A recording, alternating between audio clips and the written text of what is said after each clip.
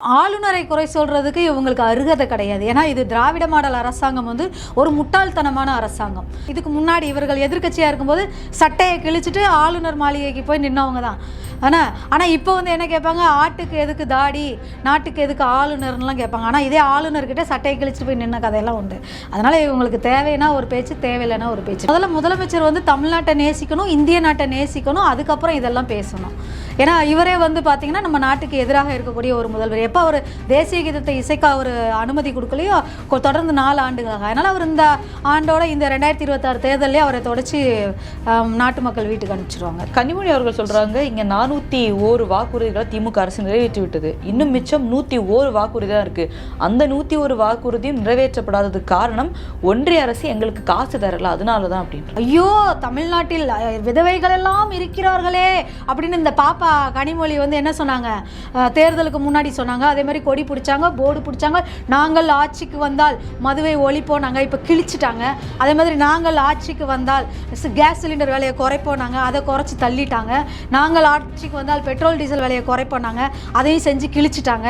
அதனால் இப்போ மத்திய அரசாங்கம் பணம் தரலன்னு வாய்க்கு வந்தாலும் பேசுகிறாங்க. விஜய் கூட்டணிக்கு வரணுன்ற வேண்டிய அவசியம்லாம் கிடையாது. ரெண்டாவது, இவர் அவ்வளோ பெரிய கட்சியும் இந்த தமிழ்நாட்டில் கிடையாது. அதனால் சும்மா அவர்கள் ஒரு ரசிகர் கூட்டத்தை வச்சுட்டு அது ஒரு கட்டுக்கடங்காத ஒரு காலகையர்கள் கூட்டம் மாதிரி, அதை பார்த்தீங்கன்னா பிடிச்சா கடிச்சு வச்சுருவாங்க. அந்த மாதிரி ஒரு அணில் குஞ்சு மாதிரி அங்கே எங்கேயும் தவிட்டு இருக்கிற ஒரு கூட்டங்கள். அதனால் நாங்கள் வந்து விஜய் அவர்களை வந்து ஒரு நடிகராக பார்க்குறேனே தவிர நான் அவரை ஒரு அரசியல் தலைவராக பார்க்குறேன். ஏன்னா அதுக்கெல்லாம் கட்ஸ் நிறைய வேணும்.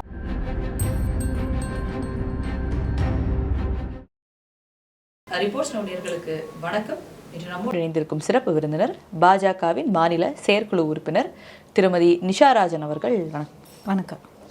அண்ணாமலை அவர்கள் தன்னோட எக்ஸ்தலத்தில் இதுக்கு முன்னாடி அவர் மென்ஷன் பண்ண ஒரு விஷயம்தான், நேரு அவருடைய துறையில் வந்து காசு வாங்கிட்டு ஸ்கேம் மூலமாக வந்து ஜாப் கொடுக்கப்படுது அப்படின்றதுனால யாருக்கு எதன் அடிப்படையில் கிடைக்கணுமோ அவங்களுக்கு கிடைக்காம யார் காசு கொடுக்குறாங்களோ அவங்களுக்கு கொடுக்குறாங்க, ஸோ லஞ்சம் வாங்கி கொடுக்குறாங்க அப்படின்ற ஸ்கேம் நடக்குது அப்படின்னு சொல்லியிருந்தாரு.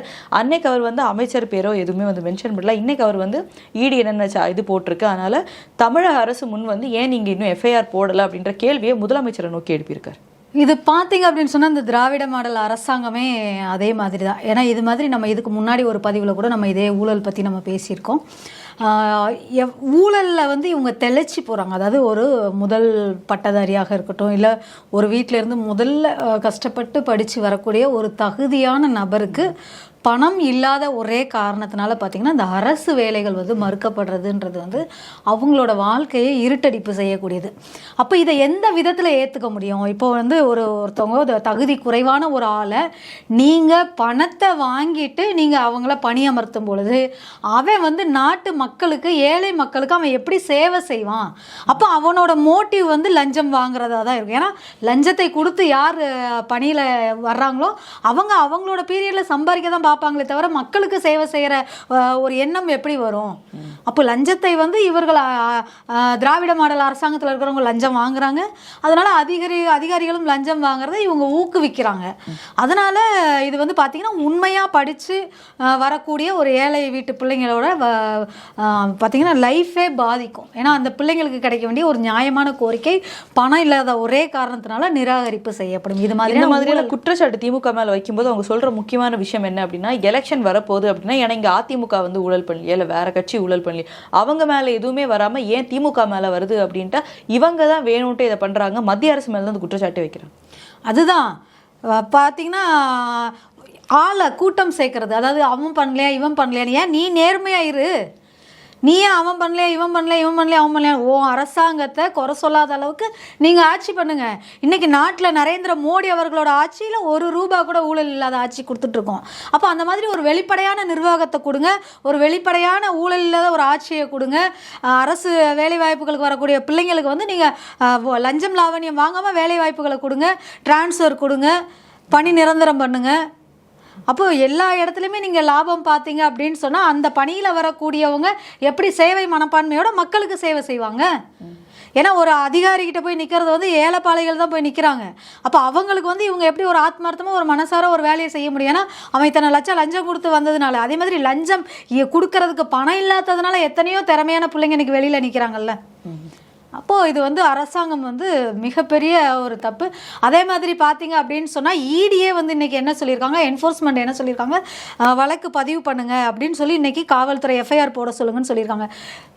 ஸ்டாலின் அவர்களுக்கு இருக்கக்கூடிய ரெண்டே இதுதான், ஒன்று கண்டு காணாமல் இருக்கக்கூடிய ஒரு மனநிலை, அப்படி இல்லை அப்படின்னா எஃப்ஐஆர் போடாமல் இருக்கக்கூடிய ஒரு மனநிலையில் இருக்காங்க. அதாவது எத்தனை ஊழல்கள் பண்ணாலும் அந்த ஊழல்கள் வந்து மூடி மறைக்க தான் பார்க்குறாங்களே தவிர ஒரு நியாயமாக ஃபஸ்ட்டு நம்மக்கிட்ட வெளிப்படைத்தன்மை இருக்கணும். அதனால் வெளிப்படைத்தன்மை இல்லாத ஒரு திராவிட மாடல் அரசாங்கம். அண்ணாமலை அவர்கள் சொல்கிறாரு, ஒரு இதுக்கு அதாவது ஒரு போஸ்டிங்க்கு வந்து இவ்வளோ குறிப்பிட்ட லட்சங்கள் வந்து கொடுக்கப்படுது, மொத்தமாக பார்த்தோன்னா 888 கோடி வந்து இதில் இதாகுது அப்படின்ட்டு. ஆனால் இதை வந்து கட்சிகள் இன்றைக்கி பேசுகிறாங்களே தவிர மக்களுடைய மனநிலை வந்து இங்கே எல்லாருமே ஊழல் பண்ணுறாங்க, எந்த கட்சிக்காரன் அதிகமாக பண்ணுறான் எவன் கம்மியாக பண்ணுறான்றது அதுக்கு மக்கள் வந்து நார்மலைஸ் ஆகிட்டாங்கன்னு தானே சொல்லணும். ஸோ இதை வந்து சொல்கிறதுனால என்ன மாற்றங்கள் ஏற்படும் நினைக்கிறேன்? அரசியல்வாதிகள் தன்னோட வயிறை வளர்க்குறதுக்காக, அதே மாதிரி பார்த்திங்கன்னா தனக்கு இருக்கக்கூடிய அரசியல் செல்வாக்கை பயன்படுத்தி லஞ்சத்தை பெற்றுக்கொண்டு வஞ்சகமான ஒரு வேலையை இந்த உத்தியோகம் வழங்குறதில் பார்க்குறாங்க. அதில் பணம் இருக்கிறவங்க என்ன பண்ணுவாங்க, நம்ம பிள்ளைக்கு ஒரு அரசாங்க வேலை கிடச்சி போனால் போதும்னு சொல்லி பணம் இருக்கிறவர்கள் சுயநலத்தோட லஞ்சத்தை கொடுத்து போயிடுறாங்க. அதனால் லஞ்சம் கொடுப்பதும் குற்றம், வாங்குவதும் குற்றம். ஆனால் அந்த குற்றத்தை செய்கிறவங்களே பார்த்தீங்க அப்படின்னு சொன்னால் மக்கள் பிரதிநிதியாக இருந்துட்டு செய்யும்போது தான் இப்போ இன்றைக்கி என்ஃபோர்ஸ்மெண்ட் வந்து எஃப்ஐஆர் பதிவு பண்ணுங்கன்னு சொல்லியிருக்காங்க. அதனால் லஞ்சம் கொடுக்காமல் நேர்மையான ஒரு அரசாங்கம் வேணும்னா தமிழ்நாட்டில் பாரதிய ஜனதா கட்சி வந்தால் மட்டும்தான் லஞ்சம் இல்லாமல் தகுதியான பிள்ளைங்களுக்கு அரசு வேலை கிடைக்கும். அதே போல் இன்னொரு விஷயமா இங்கே பார்க்கப்படுது, இன்னைக்கு சட்டமன்றத்தில் வந்து சட்டமன்ற கூட்டத்தொடர் அடுத்த எலெக்ஷனுக்கு முன்னாடி இந்த ஆட்சியினுடையது, அடுத்த யார் வராங்க அப்படின்றது ஒரு கொஸ்டின் மார்க்னால. ஸோ இந்த கடைசி தொடரில் வந்து ஆளுநருடைய உரையில் ஆளுநர் வந்து அந்த உரையை வந்து புறக்கணிச்சிருக்காரு, அதை பேசாமல். இதுக்கு முன்னாடி அவர் இதே பண்ணியிருக்காரு, பண்ணிட்டு வெளிநடப்பு பண்ணியிருக்காரு ஆளுநர் அவர்கள். அதுக்கப்புறம் ஆளுநர் அவர்கள் தன்னோட எக்ஸ்தலத்தில் என்ன உரை வந்து கொடுக்கப்பட்டது, ஆனால் அதில் என்ன ஆக்சுவலி இருக்குது, இங்கே இருக்க டேட்டா அப்படின்ற மாதிரியான விஷயத்தை ஆளுநர் அவர்கள் வெளிப்படுத்தியிருக்காரு. அதற்கு திமுக தரப்பில் வந்து எதிர்ப்பு தெரிவிச்சிருக்காங்க. தொடர்ந்து ஆளுநர் வந்து இங்க இருக்க தமிழக மக்களை வஞ்சிக்கும் மனப்போக்கோட இருக்காரு அப்படின்ட்டு. ஆளுநரை குறை சொல்றதுக்கு இவங்களுக்கு அருகதை கிடையாது. ஏன்னா இது திராவிட மாடல் அரசாங்கம் வந்து ஒரு முட்டாள்தனமான அரசாங்கம். என்ன அப்படின்னு சொல்லி பார்த்தீங்கன்னா, ஆளுநர் வர்றாங்கன்னா தேசிய கீதம் இசைக்கப்பட வேண்டும். ஆளுநர் அவர்கள் தொடர்ந்து இதோட 4 ஆண்டுகளாக ஆளுநர் அவங்க வந்தாலே வந்து நம்ம தேசிய கீதம் நம்ம பாடி தான் ஆகணும், அதுதான் ரூல்ஸும் கூட. ஆனால் அந்த திராவிட மாடல் அரசாங்கம், ஃபெயிலியர் மாடல் அரசாங்கம் என்ன சொல்லுவாங்க, நாங்கள் இந்திய அரசுக்கு இணையாக இந்திய அரசாங்கத்தோட கால் தூசிக்கு கூட பக்கத்தில் இந்த தமிழ்நாடு அரசாங்கம் நிற்க முடியாது. ஏன்னா இந்திய நாட்டோட அந்த தேசிய கீதத்தை அந்த சட்டசபை கூட்டத்தொடரில் நீங்கள் முதல்ல அதை ஒழிக்கணும். ஒழிச்சு ஆளுநர் அதுக்கப்புறம் தான் அவங்க அறிவிப்பாங்க அந்த அறிக்கையை வாசிக்கும் போது கூட அதில் உண்மைத்தன்மை இருந்தால் தான் அந்த ஆளுநர் அந்த அறிக்கையை படிக்க முடியுமே தவிர இவங்க பொத்தாம் பொதுவாக எழுதி கொடுக்கறது இல்லை இவங்களுக்கு துதி பாடுறதெல்லாம் ஆளுநர் படிக்க வேண்டிய அவசியம் கிடையாது. அதனால் திராவிட மாடல் அரசாங்கமானது ஒரு முட்டாள் மாடல் அரசாங்கம். ஏன்னா அவர்களுக்கு ஆளுநருக்கான ஒரு என்னது, இதே வந்து இதுக்கு முன்னாடி இவர்கள் எதிர்க்கட்சியாக இருக்கும்போது சட்டையை கிழிச்சிட்டு ஆளுநர் மாளிகைக்கு போய் நின்னவங்க தான். ஆனால் இப்போ வந்து என்ன கேட்பாங்க, ஆட்டுக்கு எதுக்கு தாடி, நாட்டுக்கு எதுக்கு ஆளுநர்லாம் கேட்பாங்க. ஆனால் இதே ஆளுநர்கிட்ட சட்டையை கிழிச்சிட்டு போய் நின்ன கதையெல்லாம் உண்டு. அதனால் இவங்களுக்கு தேவைன்னா ஒரு பேச்சு, தேவையில்லைன்னா ஒரு பேச்சு பேசுவாங்க. ஏன்னா ஸ்டாலின் அவர்களே இதுக்கு முன்னாடி 3 அவ்வளோதான், ஒரு புரிதல் இல்லாத ஒரு முதல்வர். 3 வருடங்கள் அவரும் பேசும்போது ஆளுநர் அவர்களுடைய உரை வந்து சரியாக இல்லை, இதா பேசுறாருன்னு எதிர்கட்சியா இருக்கும்போது இந்த குற்றச்சாட்டு அவங்க வச்சாங்க இல்லையா. அன்னைக்கே அவங்க வந்து, ஏன்னா நீங்க வந்து ஆளுங்கட்சியாக இருக்கும்போது நீங்க எதிர்கட்சியாக இருக்கும்போது வேற மனப்பாங்கில் இருக்கீங்க அப்படின்னு சொல்றாங்க. ஆனா அதிமுக ஆட்சியில இருக்கும்போதும் ஆளுநர் அப்படின்றத வந்து அவங்க எதிர்த்தாங்க. இன்னைக்கு திமுக ஆட்சியிலையும் அவங்க ஆளுநர் அப்படின்றத எதிர்க்கிறாங்க இல்லையா. அதான் இவங்க தான் சொன்னாங்களா, அரசியல் பண்ணாமல் அவியலாக பண்ண முடியும்னு சொல்லிட்டு. அதனால் இவங்க அந்த அறிக்கையை வந்து அவியல் மாதிரி சும்மா போட்டு கலந்து கொடுத்தாங்கனாலும் ஆளுநர் அதை படிக்க வேண்டிய அவசியம் கிடையாது. ஏன்னா அதில் உண்மைத்தன்மை இருந்தால் மட்டும்தான் ஆளுநர் அவர்கள் அந்த உரையை வாசிப்பார்கள். ஆளுநர் அவர்கள் தமிழக மக்களுக்கான ஆளுநராக செயல்படாமல் அவர் பாஜக கட்சிக்காரராக வந்து செயல்படுறாரு. அவங்க என்ன சொல்கிறாங்களோ அதை தான் இவருக்கு இதுக்கு கேட்குறாரே தவிர ஒரு தமிழகத்துடைய முதலமைச்சர் நான் என்ன சொல்கிறேனோ அதை கேட்கும் அளவுக்கு இல்லை அப்படின்றத திமுக குற்றச்சாட்டு வைக்கும். முதலமைச்சர் வந்து தமிழ்நாட்டை நேசிக்கணும், இந்திய நாட்டை நேசிக்கணும், அதுக்கப்புறம் இதெல்லாம் பேசணும். ஏன்னா இவரே வந்து பார்த்தீங்கன்னா நம்ம நாட்டுக்கு எதிராக இருக்கக்கூடிய ஒரு முதல்வர். எப்போ அவர் தேசிய கீதத்தை இசைக்க அவர் அனுமதி கொடுக்கலையோ தொடர்ந்து 4 ஆண்டுகளாக. அதனால் அவர் இந்த ஆண்டோட இந்த 2026 தேர்தலே அவரை தொடச்சி நாட்டு மக்கள் வீட்டுக்கு அனுப்பிச்சிடுவாங்க, சட்டசபையை விட்டு அவங்கள விரட்டி அனுப்பிச்சிடுவாங்க. ஆளுநர் அவர்கள் தன்னோட எக்ஸலத்தில் அதை பதிவு ஒன்று போடும்போது அவர் போட்டிருக்காரு, போக்சோவுடைய எண்ணிக்கை எந்த அளவுக்கு இருக்குது அப்படின்றாரு. பெண்களுக்கு எதிராக நடக்கும் போதைப் பொருட்கள், சூசைடல் மென்டாலிட்டி வந்து எத்தனை பேர் வந்து மரணம் அடைஞ்சிருக்காங்க, உயிரை நீத்திருக்காங்க, இந்த மாதிரி விஷயங்கள் எல்லாமே வந்து ஒரு ஆளுநர் அவர்கள் தன்னோட எக்ஸலத்தில் அது வந்து போடுறது ஒரு அரசியல் விதமாக இருக்குது. ஆளுநருக்குன்ற சிலை இருக்குது, அவர் வந்து இந்த இதில் அரசியல் பேசக்கூடாது, அவர் இதில் போய் அரசியல் போட்டு ஒரு கட்சிக்காரர் அதை வந்து பிரதிபலிக்கிறாரு அப்படின்றார். ஆமாம், நீங்கள் இன்னைக்கு பாரதிய ஜனதா கட்சியை சார்ந்தவர் ஆளுநர்னு சொல்கிறீங்க. அவங்க என்னைக்கு பொது வாழ்க்கைக்கு வந்துட்டாங்களோ அவர் இந்த தமிழ்நாட்டோட முதல் குடிமகன். ஒரு முதல் குடிமகனே மதிக்க தெரியாத நீங்கள் அப்போ ஆளுநர் அவர்களை எப்படி குறை சொல்ல முடியும்? அப்போ ஆளுநரை குறை சொல்லும்போது ஆளுநர் அவர்கள் இந்த தமிழ்நாட்டோட மக்களுக்கு தான் தரப்பு நியாயத்தை சொல்ல வேண்டிய கட்டாயத்தில் இருக்காங்க. அதனால அவங்க இந்த தமிழ்நாட்டுக்குள்ளே என்ன நடக்குதோ நடக்கிறத உண்மையை சொல்லியிருக்காங்க. அதாவது போஸ்கோ கேஸ் வந்து பார்த்திங்கன்னா 55%, 2000க்கும் மேற்பட்ட இந்த ட்ரக்ஸ், அதாவது போதைப் பொருட்கள் அந்த வழக்குகளும், அதே மாதிரி பார்த்திங்கன்னா கொலை, கொள்ளை, கற்பழிப்பு, பாலியல் வன்கொடுமை சம்பவங்கள் போன்ற நிறைய அநீதிகள் வந்து இந்த தமிழ்நாட்டில் நிறைய இருக்குது. இதை வந்து ஒடுக்க தெரியாத, இல்லை ஒடுக்க முடியாத, இல்லை இதை கட்டவிழ்த்து விட்ட திராவிட மாடல் அரசு. அதனால் இது ஒரு ஃபெயிலியர் மாடல் அரசு. அதனால் ஆளுநர் அவர்களை குறை சொல்வதற்கெல்லாம் இவர்களுக்கு துளியும் கூட தகுதி இல்லை.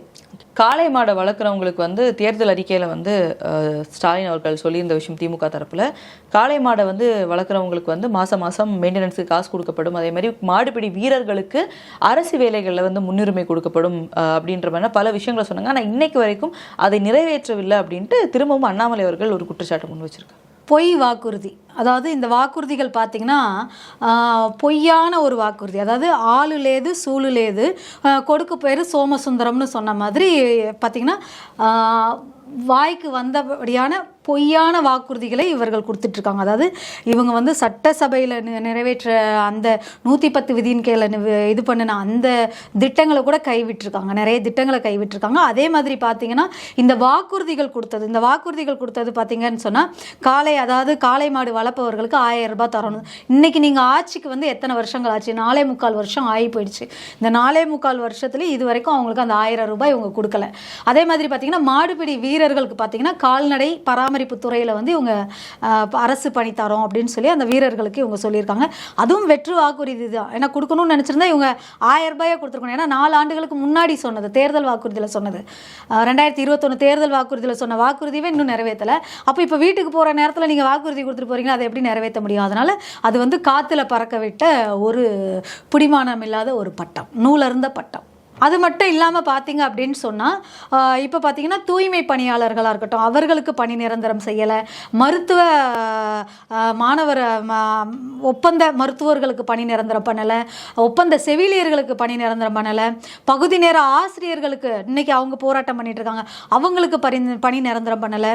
அதே பார்த்தீங்கன்னா பணி மூப்பு ஆசிரியர்கள் அவங்களுக்கும் பார்த்தீங்கன்னா இந்த அரசாங்கமானது ஃபெயிலியர் மாடல். அதே மாதிரி பார்த்தீங்கன்னா அங்கன்வாடி பணியாளர்களுக்கும் பார்த்தீங்க அப்படின்னு சொன்னால் இன்னைக்கு இவங்க வந்து அந்த வாக்குறுதியை வந்து இன்னும் நிறைவேற்றல அங்கன்வாடி பணியாளர்களுக்கு. ஆனால் கனிமொழி அவர்கள் சொல்றாங்க, இங்க 401 வாக்குறுதிகளை திமுக அரசு நிறைவேற்றி விட்டது, இன்னும் மிச்சம் 101 வாக்குறுதி தான் இருக்கு.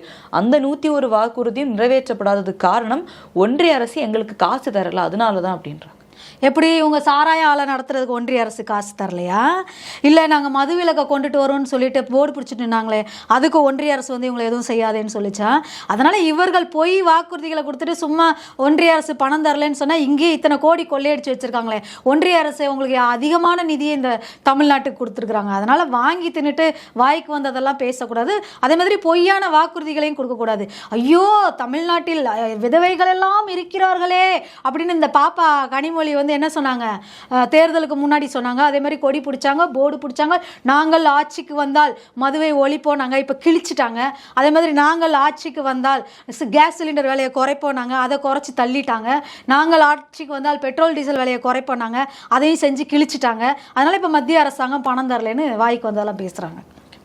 விஜய் அவர்களுடைய ஜனநாயகன் திரைப்படம், அந்த படத்திற்கான தணிக்கை சர்டிஃபிகேட் அப்படின்றது வந்து கொடுக்கப்படலை. இதுக்கு முக்கியமாக பாஜக தான் காரணம். ஏன்னா இதே தான் கேள்வியாக வைக்கிறாங்க. சிஎம் சார் அப்படின்ட்டு விஜய் அவர்களுக்கு வந்து ஒன்றா கேட்க முடியுது, ஏன் பிஎம் சார்ன்னு கேட்க முடியல இந்த விஷயத்தில்? ஏன்னா வேணும்ட்டே தான் சென்ட்ரல் கவர்மெண்ட் இந்த விஷயத்தை பண்ணுறாங்க, என்டிஏ கூட்டணிக்குள்ளே விஜய் அவர்களை இழுக்கிறதுக்காக. ஏன் எதுக்காக இந்த மாதிரியான சென்சார் கட்டை வந்து பண்ணணும்? அவருடைய இறுதி படமான படம் அரசியல் பேசுது அப்படின்றதுக்காக எதுக்கு கூட்டணிக்கு கொண்டு வரணும் அப்படின்றதுக்காக இந்த மாதிரியான வக்கரமான விஷயத்தை எதுக்கு மத்திய அரசு பண்ணுது அப்படிங்க? விஜய் கூட்டணிக்கு வரணுன்ற வேண்டிய அவசியம்லாம் கிடையாது. ரெண்டாவது இவர் அவ்வளோ பெரிய கட்சியும் இந்த தமிழ்நாட்டில் கிடையாது. அதனால் சும்மா அவர்கள் ஒரு ரசிகர் கூட்டத்தை வச்சுட்டு அது ஒரு கட்டுக்கடங்காத ஒரு காலகையர்கள் கூட்டம் மாதிரி அதை பார்த்தீங்கன்னா பிடிச்சா கடிச்சு வச்சுருவாங்க. அந்த மாதிரி ஒரு அணில் குஞ்சு மாதிரி அங்கே எங்கேயும் தவிட்டு இருக்கிற ஒரு கூட்டங்கள். அதனால் நாங்கள் வந்து விஜய் அவர்களை வந்து ஒரு நடிகராக பார்க்குறேனே தவிர நான் அவரை ஒரு அரசியல் தலைவராக பார்க்குறேன். ஏன்னா அதுக்கெல்லாம் கட்ஸ் நிறைய வேணும். இப்போ அதே மாதிரி பார்த்தீங்கன்னா ஜனநாயகன் படத்தில் நான் ஒரு முன்னாள் திரைப்பட தணிக்கை குழு உறுப்பினர்ன்றனால நான் அதை சொல்கிறேன். என்ன சொல்கிறேன் அப்படின்னா, ஒரு படம் எடுக்கணும்னா அதுக்கு ஒரு விதிமுறைகள் இருக்குது. அந்த விதிமுறைகளை ஃபாலோ பண்ணி நீங்கள் இப்போ நான் வந்து இப்படிலாம் சொல்கிறீங்களா, உங்களோட படத்தில் அந்த சினிமா காட்சிகளில் வன்முறையை தூண்டக்கூடிய விஷயங்கள், குழந்தைகளை பாதிக்கப்படக்கூடிய விஷயங்கள், அந்த மாதிரி நாட்டுக்கு எதிரான இல்லை நீதித்துறைக்கு எதிரான கருத்துக்கள் இருந்தால் மட்டுமே, பெண்கள் குழந்தைகள் வன்முறையை தூண்டக்கூடிய விஷயங்கள் இருந்தால் மட்டும்தான் உங்களோட படத்தை வந்து என்ன சொல்லுவாங்க, கட்டு மியூட்டு இல்லைன்னா பிளர் பண்ண சொல்லுவாங்க அந்த சீனை. அதுவும் முதல் கமிட்டி வந்து அந்த ஃபஸ்ட்டு குழு வந்து 4 பேர் கொண்ட குழு, 2 ஆண் 2 பெண், ஒரு அதிகாரி உட்காந்து படம் பார்ப்பாங்க. அந்த படத்தில் வந்து உங்களுக்கான கருத்துக்கள் என்னவோ அதை சொல்லுவாங்க. அதை நீங்கள் திருப்பி இவங்ககிட்ட அந்த சிடி காப்பியை கொடுத்து இதெல்லாம் கட் பண்ணுங்கள், இதை மியூட் பண்ணுங்கள், எங்களுக்கு இதை கரெக்டாக கொண்டு வந்து அந்த காப்பியை திருப்பி ப்ரொடியூஸ் பண்ண சொல்லுவாங்க. அப்போ அதில் வந்து அந்த தணிக்கை குழு நிர்வாகிகள் சொன்னதை நீங்கள் அதை தணிக்கையில் நீங்கள் அதை சரி பண்ணியிருக்கணும். திருப்பி நீங்கள் கொண்டுட்டு போயிட்டு கொடுத்த அந்த சிடியில் திருப்தி இல்லாமல் இருந்திருந்தால் மட்டும்தான் அவங்க வந்து அதை ரிவ்யூ கமிட்டிக்கு அனுப்புவாங்க. அதனால் இந்த ஜனநாயகன் படத்துக்கும் மத்திய அரசுக்கும் அதுக்கெலாம் இவரெல்லாம் விஜய்லாம் வந்து பார்த்திங்கன்னா பிஎம் அளவுக்குலாம் இவரெல்லாம் அவ்வளோலாம் ஒர்த்து கிடையாது. ஏன்னா இவர் வந்து பார்த்திங்கன்னா ஒரு வாட்டி தப்பு பண்ணிவிட்டு ஓடி ஒளிஞ்சவர், அதாவது இந்த கரூர் விஷயத்திலே ஓடி ஒளிஞ்சு வந்தவர். எங்கள் மாநில தலைவர் அண்ணாமலை அவர்கள் அன்னைக்கு சப்போர்ட் பண்ணலன்னா இந்நேரம் விஜயை தூக்கி ஜெயிலில் உட்கார வச்சுருப்பாங்க. அதனால் வந்து அதெல்லாம் சும்மா வாய்க்கு வந்ததெல்லாம் பேசக்கூடாது. ரெண்டாவது, ஜனநாயகன் திரைப்படத்தை பொறுத்த வரைக்கும் அதை வெறும் திரைப்படமாக தான் பார்க்க முடியுமே தவிர, அது மட்டும் இல்லாமல் நீங்கள் வந்து சென்சார் சான்றிதழ் வாங்காமல் படத்தை என்னைக்கு நீங்கள் வெளியிடுவோன்ற டேட்டை நீங்கள் எப்படி சொல்ல முடியும்? முதல்ல உங்கள் படம் வந்து தணிக்கை சான்று பெற்று வந்ததுக்கப்புறம் தான் நீங்கள் என்ன தேதியில் ரிலீஸ் பண்ணுறீங்கன்னு நீங்கள் சொல்ல முடியும். ரெண்டாவது படமான பகவந்த் கேசரியோட இதுதான் வந்து இந்த படம் அப்படின்றது நம்ம அந்த இன்னொன்று அந்த இது ட்ரெய்லர் பார்க்கும்போது தெரியுது எக்ஸாக்டாக அந்த கதையாக இருக்குல்ல. எக்ஸ்ட்ராவாக வந்து பொலிட்டிக்கல் சென்ஸ் ஏதாவது இருக்கும், டயலாக்ஸ் இருக்கும் அப்படின்றது தான். அப்போ அதை வந்து முதல்ல நாங்கள் ஒரு கட்டு கொடுத்து சப்மிட் பண்ணோம், மறுபடியும் எங்களை வந்து இழுத்தடிக்கிறாங்க அப்படின்றதுனால தானே இதை விஜய் அவர்கள் சொல்லுவாங்க. ப்ரொடக்ஷன் தரப்பில் இல்லை இப்போ டேரக்டர் தரப்பில் அவங்க தானே இதை முன்வைக்கிறாங்க. இந்த படத்துக்கு ஒரு இது கிடச்சிருக்கு, ஆனால் வந்து ரத்தத்தை காட்டுறாரு, இதை காமிக்கிறாரு அப்படின்னா அந்த படமும் அதே சென்சல் மூலமா வந்தது, அதுலேயும் ரத்தம் காமிக்கப்படுது, அதுலேயும் இதெல்லாம் நடக்குது. அப்போ ஏன் இந்த மாதிரியான ஏதோ ஒரு ரீசன் சொல்லணுன்றதுக்காக சொல்லி ஸ்டாப் பண்ணுறாங்க அப்படின்னு? மத்திய அரசாங்கத்திற்கும் அரசு அலுவலகங்கள் அதுக்கு தனியாக அதிகாரிகள் இருக்கிறார்கள், போர்டு மெம்பர் இருக்காங்க. அவங்க தான் திரைப்படத்தை பார்க்குறாங்க. அதுக்குன்னு இவங்க பில்டப் பண்ணிக்கிற அளவுக்குலாம் மத்திய அரசாங்கமோ மோடி அவர்களோ அமித்ஷா அவர்களோ அவங்களாம் அந்த ஒரு சின்ன இந்த ஒரு பட விஷயத்துலலாம் வந்து பேச வேண்டிய அவசியமும் இல்லை. அப்படியான அதுக்கான ஒரு தேவையும் கிடையாது. இது முழுக்க முழுக்க அந்த திரைப்பட தணிக்கை வாரியம் அதோட உறுப்பினர்கள் வாரியத்தில் வந்து எல்முருகன் அவர்களும் இருக்காரு, பாஜகவுடைய முக்கியமான ஒரு எல்முருகன் அவர்கள் அமைச்சகத்திற்கு எல்முருகன் அவர்கள் வந்து பார்த்தீங்கன்னா அந்த அமைச்சகத்தோட அமைச்சர். அதாவது அதுதானே தவிர அவர்கள் வந்து இந்த அளவுக்கு இறங்கி வர வேண்டிய அவசியம் கிடையாது. அதாவது தகவல் ஒலிபரப்பு அந்த இது ப்ராட்காஸ்டிங் இன்ஃபர்மேஷன் ப்ராட்காஸ்ட் பொறுத்த வரைக்கும் மினிஸ்டர் வந்து இந்த அளவுக்குலாம் இறங்கி வர வேண்டிய அவசியமும் கிடையாது. அதை அப்படியெல்லாம் வந்து இவர் அவ்வளோ பெரிய இதெல்லாம் கிடையாது. அதனால என்ன சொல்றாங்கன்னா, இதை வந்து ஜனநாயகனை வந்து ரிலீஸ் பண்ண விடாம பிடிச்சி வச்சு தான் இப்போ மோடி அவர்கள் வரும்போது அந்த கூட்டணியில் விஜயம் சேர்க்கறதுக்காக தான் இந்த விஷயத்தை பாஜக பண்ணுது அப்படின்ற. விஜய் கூட்டணியில் இல்லாட்டாலும் நாங்கள் ஜெயிப்போம். இன்னைக்கு நேற்று கட்சி முளைச்சவங்களுக்கெல்லாம் தலையில் கிரீடம் வந்துருச்சு அப்படின்னு சொன்னால் நாங்கள் கிட்டத்தட்ட 45 ஆண்டு காலங்கள் அரசியலில் இருக்கோம். அதனால் எங்களுக்கு அந்த தேவை அவசியம்லாம் கிடையாது. ரெண்டாவது பார்த்தீங்கன்னா இதில் வந்து திரைப்பட தணிக்கை வாரியம் வேற, அரசாங்கம் வேற, அமைச்சகம் வேற. அதனால பார்த்தீங்கன்னா இவங்க ஃபர்ஸ்டே வந்து இவங்க இந்த காட்சிகள் நீக்கப்படணும், இல்லை இதை பிளர் பண்ணுங்க, இல்லை இதை கட் பண்ணுங்க, மியூட் பண்ணுங்கன்னு சொல்லியிருப்பாங்க. அப்போ அந்த சீடியை வாங்கிட்டு போறவங்க நீங்கள் தான் அதை சிரதையோடு பண்ணி திருப்பி கொடுத்துருக்கணும். ஏன்னா திருப்பியும் இதே இங்கே சென்னையில் தான் போட்டு காட்டுவாங்க. அதில் திருப்தி இல்லாததுனால தான் இவங்க திருப்பி ரிவ்யூ கமிட்டிக்கு அனுப்பிச்சிருக்காங்களே தவிர முழுக்க முழுக்க இது அந்த திரைப்பட குழுவோட தப்பு தானே தவிர இதில் எப்படி மத்திய அரசாங்கத்தை குறை சொல்ல முடியும்? அதனால இது அறியாமையின் காரணத்தினால ஆளுகா தடி எடுத்தவங்களாம் தண்டல்காரன் மாதிரி எல்லாம் இப்போ தணிக்கை வாரியத்தை விமர்சனம் பண்ணிக்கிட்டு அரசாங்கத்தை விமர்சனம் பண்ணிட்டு இருக்காங்க. அது முற்றிலும் தவிர்க்கக்கூடிய ஒரு விஷயம். எங்களோடு இணைந்து பல்வேறு கருத்துக்களை பயந்தமைக்கு ரொம்ப நன்றி.